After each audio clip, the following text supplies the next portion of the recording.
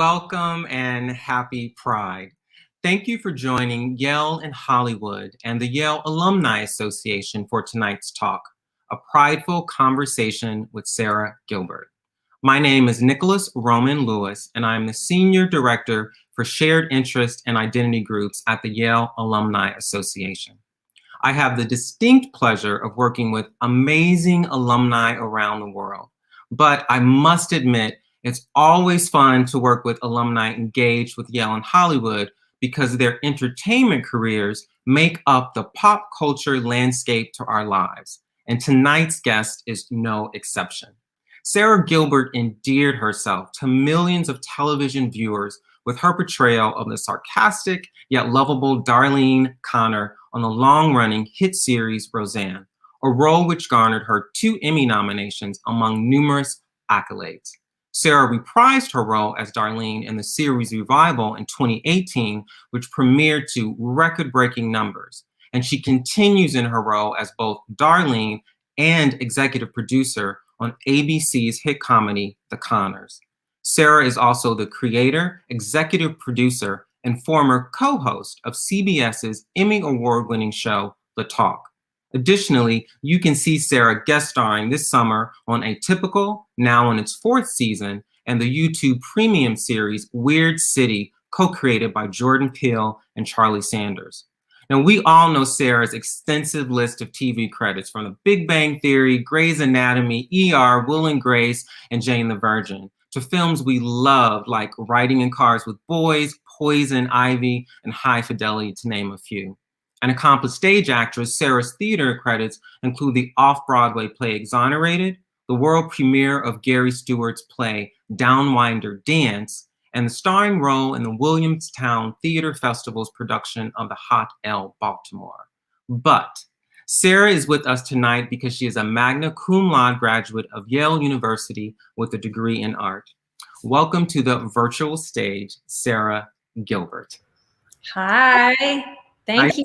What a lovely introduction. Oh, no, but you have an amazing career. And I was trying not to call you Sarah Connor or Darlene, when I was practicing this. So just for our audience, to let them know, Sara and I are going to talk for about 20 minutes, then we'll open it up for Q&A. So please make sure to put your comments in the comment section. So Sara, let's just dive right into our questions. So you were already famous when you went to Yale, and you weren't just famous, your character was iconic, one that people felt that they knew, right, and felt that they owned. So you probably had a unique experience at Yale. What made you decide to go to Yale? I felt like I was living this very insular life in Hollywood. I had only experienced this one life, and I felt it was important to sort of broaden my experiences. And it turned out when I went, the other kids there were so accomplished. You know, I'd meet a kid that had played Carnegie Hall, and I think my accomplishments in comparison really were kind of small compared to a lot of these other kids. So I felt not that strange being there. I didn't really feel like I stuck out or anything like that. Got it. Do you have any memorable experiences that you remember now that we're a little older? And I will let everyone know, so your degree is in art. Yeah, I mean, I would say the most memorable experience, I had a great time in the art department there, and my concentration was in photography, and Greg Crutzen was unbelievable, and Nan Golden used to come and lecture to the grad students, but they would let undergrads come. And I remember sitting on the steps and her giving a partial slideshow to her Ballad of Sexual Dependency, which was this super famous lecture and slideshow she used to give. And this was just one specific for the students there. And I just remember feeling just high on the experience, that it was so incredible to get to witness this, and just a lucky thing to have one of the greatest artists in the world there in a room of 30 people. Wow. And to have that access as a young person with these people and have it influence your work. I mean, do you still look at those influences now in the creative work that you do? I mean, we'll get into that, but do you ever make those direct connections back to that class or classes like that in the work you do now? I do. I mean, I think about Nan's work a lot because she talks about how, people, I'm paraphrasing, but something to the extent of, we take these photographs to hold on to memory. And then when we look back at them, and people have passed away or are gone, we realize how much we've actually lost, that there isn't a holding on to it. But there's something so nostalgic in her work and so inspiring. And yeah, for sure, I'll always be influenced by that body of work. So when you were an undergrad, you were still filming Roseanne, and I believe in New York City's downtown. So how did you balance all of that?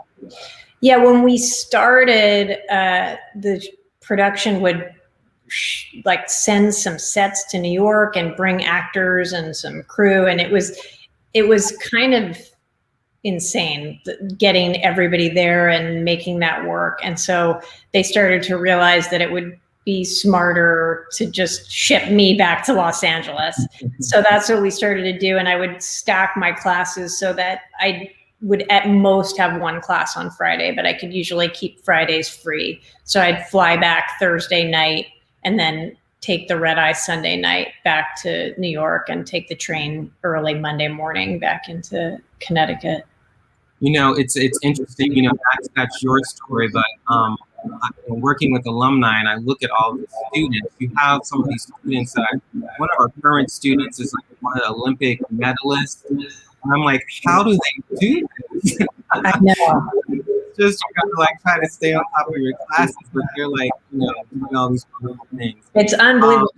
Look, for me, I was an art major and I was creating, which I think is a little easier. I'm not sure how the comparative literature majors are on the Olympic. It depends what your major is, but I don't know how they're pulling it off.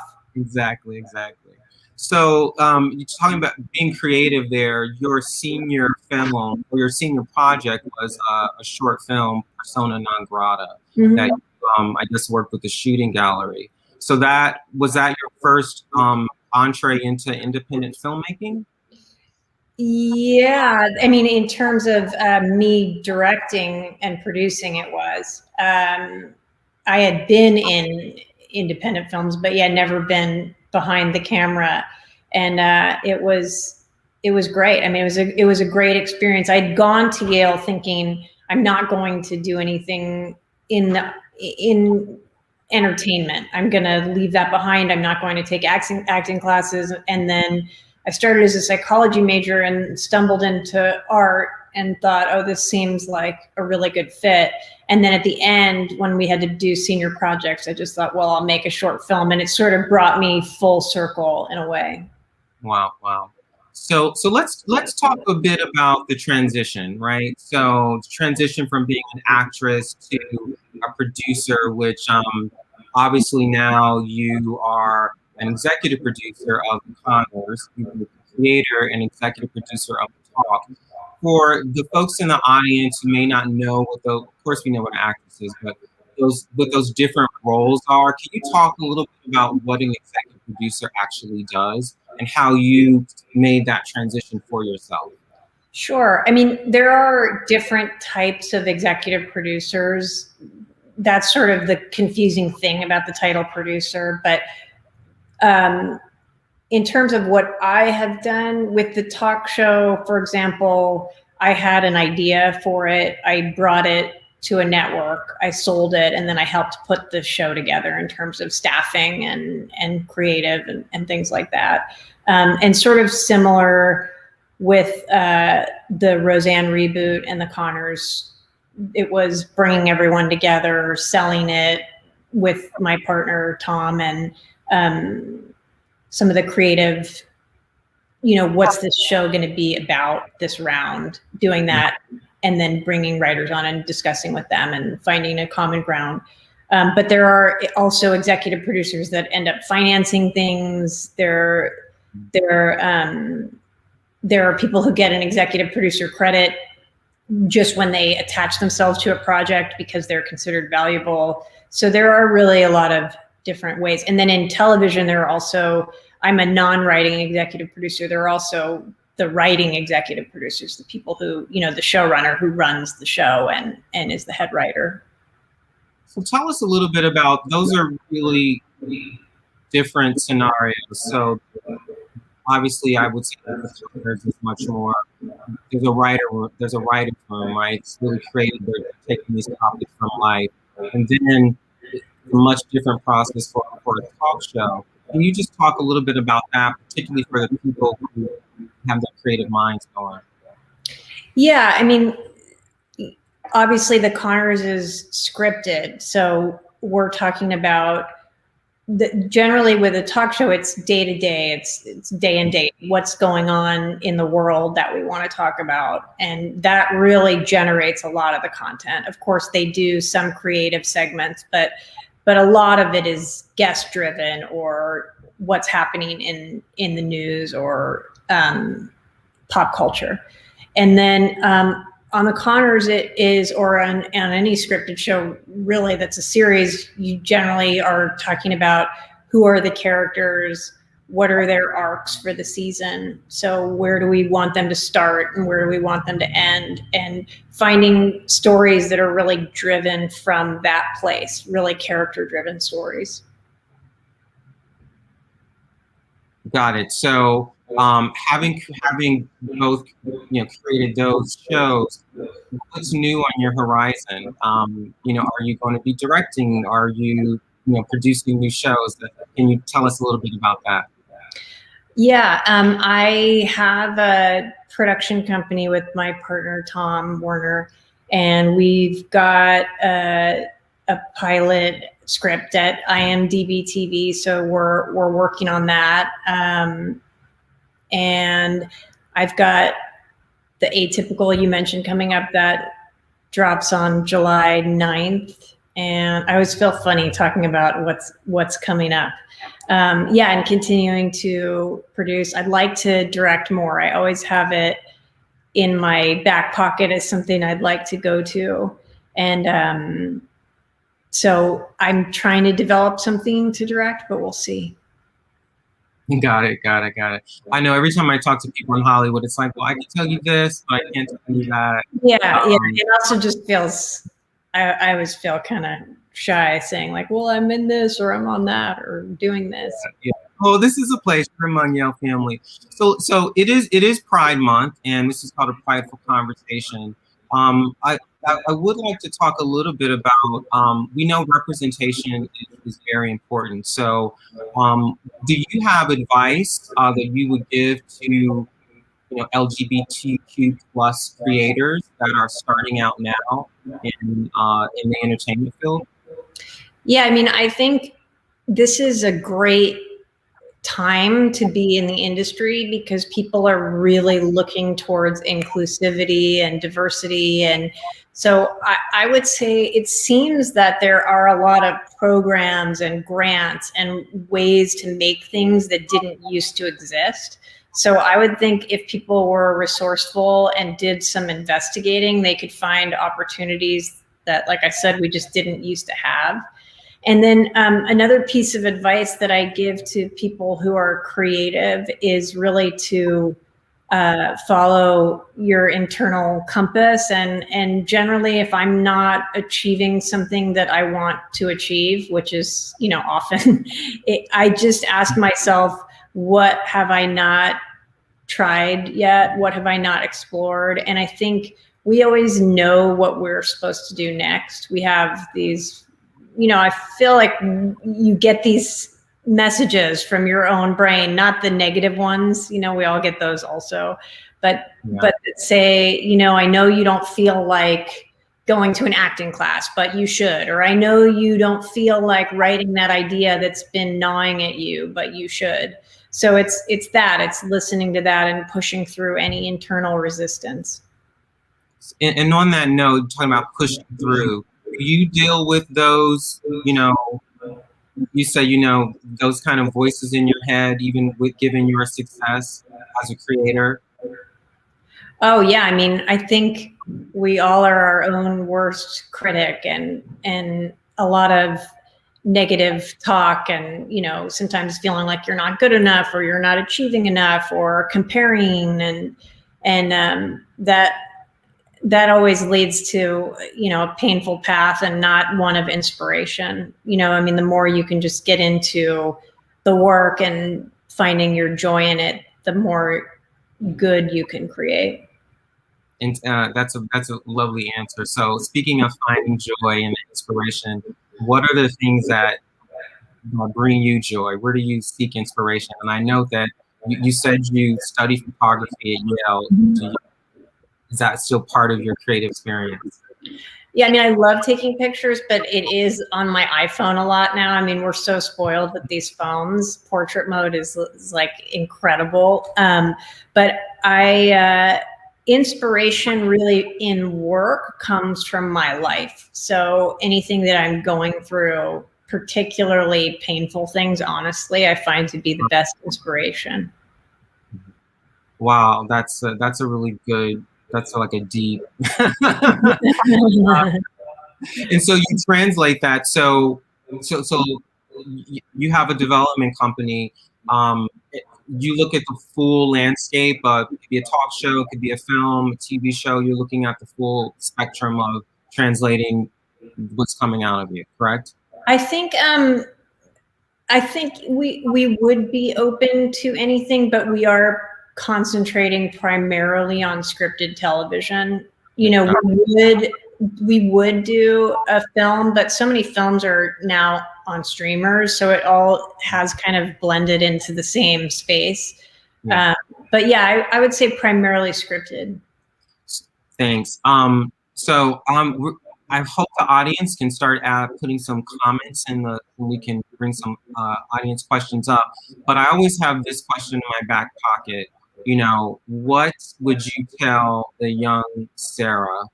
And I have to keep not saying Darlene, but what would you tell the young Sara? Because before we get to that, you have a very unique situation because your character is young, but then we also know your character, the character Darlene, as an adult, which is really unique. And I'm wondering how that kind of sits with you as an actress to be able to take that arc, right, of this character that everyone knows, and we really have seen her whole life, or at least in our head, put it together. Yeah, it's been really incredible to play the whole journey, and I think she's become more vulnerable, and life happens, and it kind of has cracked her open in some ways. So she's still tough and she still says what's on her mind, but she always had the vulnerability, but I think it's a little closer to the surface now.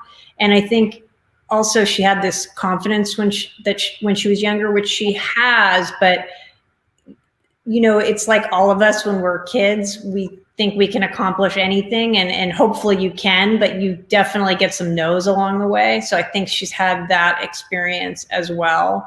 And what I really like is that she was poised to be the person that broke out of this cycle of poverty, and that she really hasn't been able to. She's making a little bit more money now in her current job, but I like what it says about America, in that there are so many brilliant, talented people that are just stuck in this cycle.